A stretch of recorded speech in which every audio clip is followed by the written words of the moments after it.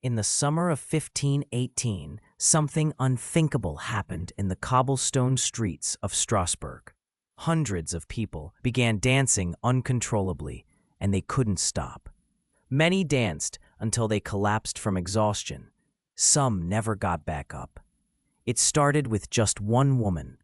On a hot July morning, Frau Troffea stepped out of her modest home and began to dance in the narrow street. Her movements were frantic, desperate, as if driven by some invisible force. Hour after hour, she spun and twisted, her feet bleeding, her breath ragged. But she couldn't stop. The townspeople gathered, watching in bewilderment as this respectable housewife danced like a woman possessed. They whispered among themselves, wondering if she had lost her mind or fallen under some dark spell. But Frau Troffea just kept dancing. By the end of the first day, she had collapsed from exhaustion.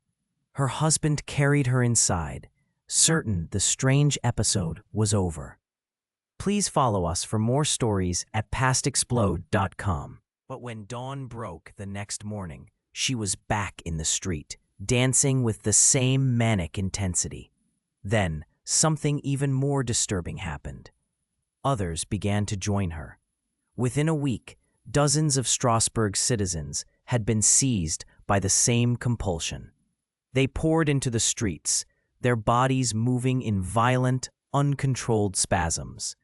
Men abandoned their workshops, women left their children, and even the elderly shuffled out to join the growing crowd of dancers. The scene was both mesmerizing and horrifying. These weren't joyful celebrations or religious ceremonies. The dancers' faces were twisted in anguish, their eyes wild with terror. They pleaded for help, even as their bodies betrayed them, forcing them to continue the relentless motion. Strasbourg in 1518 was already a city under stress. The Holy Roman Empire was in turmoil, crops had failed repeatedly, and disease ran rampant through the crowded streets. The people were hungry, desperate, and living in constant fear.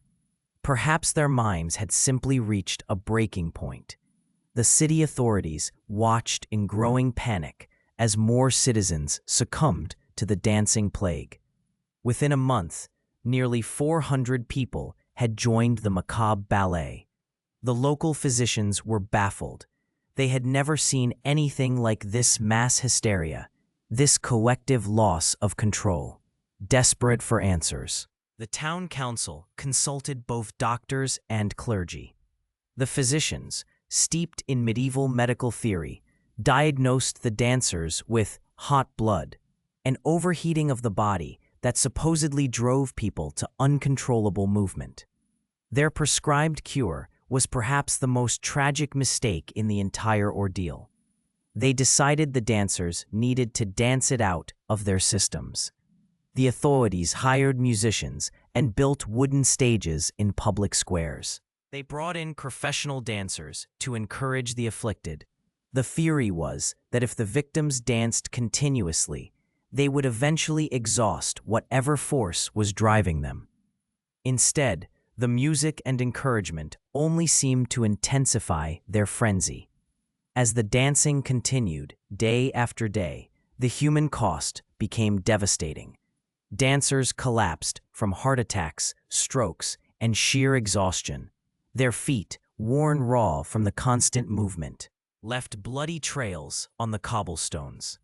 Some dancers died where they fell, their bodies finally still after days of relentless motion. The clergy offered a different explanation. They declared the outbreak a divine punishment for the sins of the city. Prayer vigils were organized, and the dancers were taken to religious shrines in hopes of breaking the curse. Some were even tied to altars, forced to remain still while priests performed exorcisms. But the dancing continued. Historical records from the time describe scenes that seem almost impossible to believe. Witnesses wrote of dancers whose feet had worn down to the bone, yet who continued their frantic movements. Others describe dancers who begged for mercy while their bodies spun beyond their control, as if their souls had become prisoners in their own flesh. Modern historians and medical experts have proposed various theories to explain the Strasbourg dancing plague. Some suggest it was a form of mass psychogenic illness, a psychological contagion that spread through a population already stressed by poverty, disease, and social upheaval. Others point to ergot poisoning.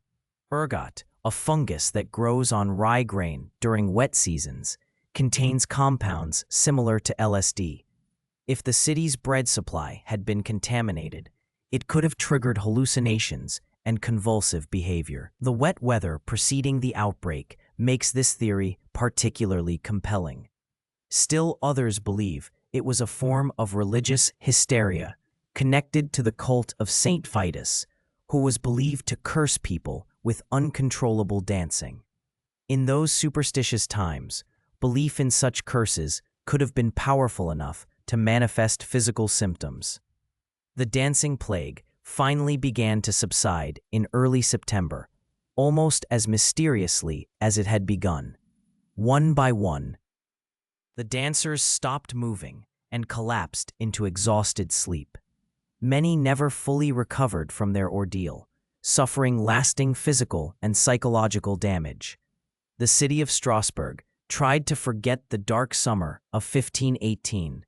Official records were sparse, as if the authorities wanted to erase all memory of the event. But the story survived in whispered tales and scattered documents, a reminder of how quickly civilization can crumble when faced with the inexplicable. What makes the dancing plague so haunting isn't just the physical horror of people dancing themselves to death. It's the complete helplessness of an entire community watching their neighbors lose control of their own bodies. In an age before modern psychology or medicine, they had no framework to understand what was happening to them.